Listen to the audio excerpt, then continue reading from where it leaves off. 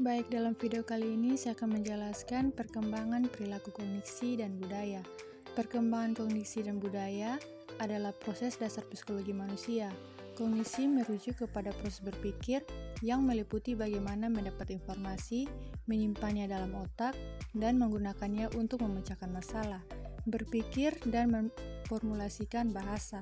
Kognisi adalah proses berpikir manusia, mulai dari pencarian, penerimaan, pemaknaan, penyimpanan, hingga penggunaan informasi.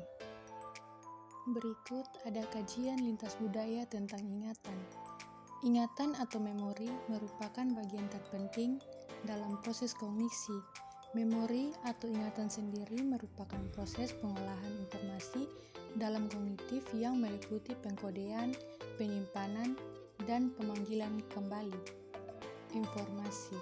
Berdasarkan jangka waktunya, memori dibedakan atas memori jangka pendek, yaitu memori yang menyimpan informasi tidak lebih 15 hingga 25 detik, dan memori jangka panjang atau memori yang menyimpan informasi relatif permanen meskipun kadang menemui kesulitan dalam memanggil kembali.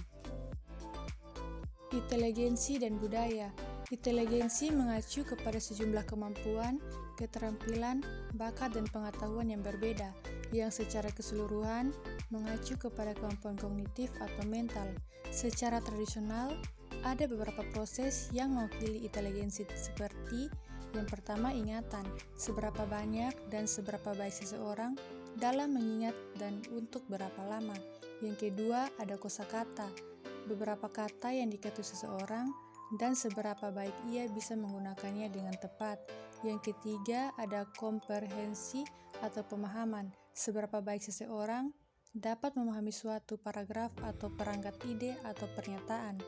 Yang keempat, kemampuan matematis atau penambahan, pengurangan, dan seterusnya. Yang terakhir, penalaran logis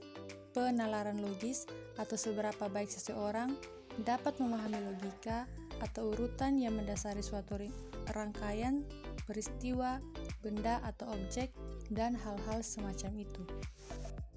Beberapa tahun belakangan muncul konsep kreativitas sebagai bagian dari inteligensi.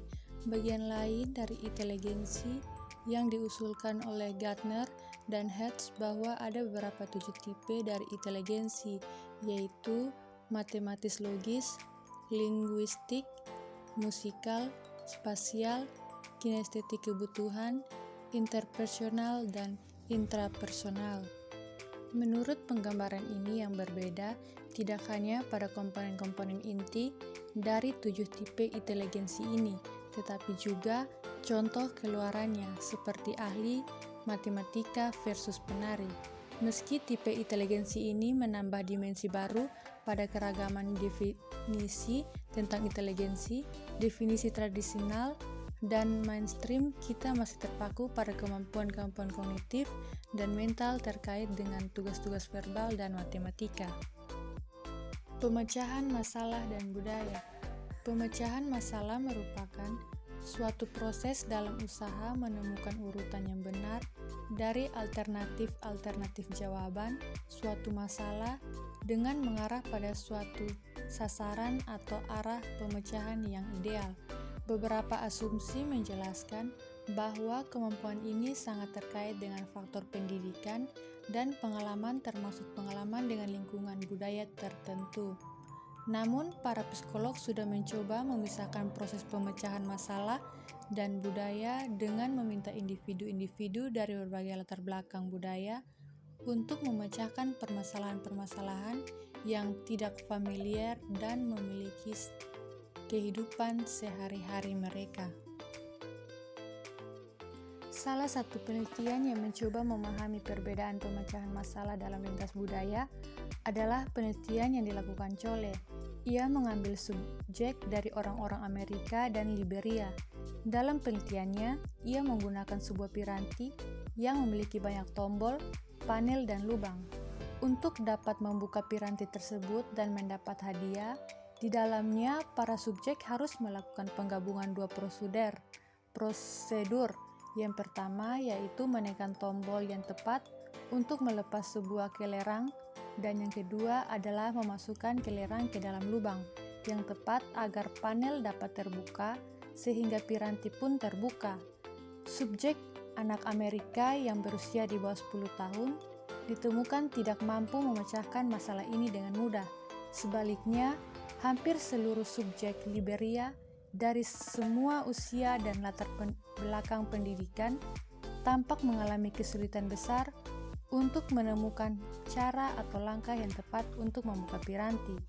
Kesimpulan yang diambil bahwa orang-orang Amerika memiliki kemampuan pemecahan masalah yang lebih baik dibandingkan orang Liberia, terutama dalam hal berpikir reasoning. Penelitian ini mendapat kritik tajam dan dikatakan bias budaya. Para subjek Amerika mampu mengerjakan permasalahan yang diberikan dalam percobaan karena dalam kehidupan sehari-hari, mereka telah terbiasa berhadapan dan menggunakan mesin-mesin tersebut seperti remote control, komputer, mesin cuci, dan lain-lain. Sedangkan orang-orang Liberia tidak terbiasa berhadapan dengan piranti semacam itu dalam kehidupannya.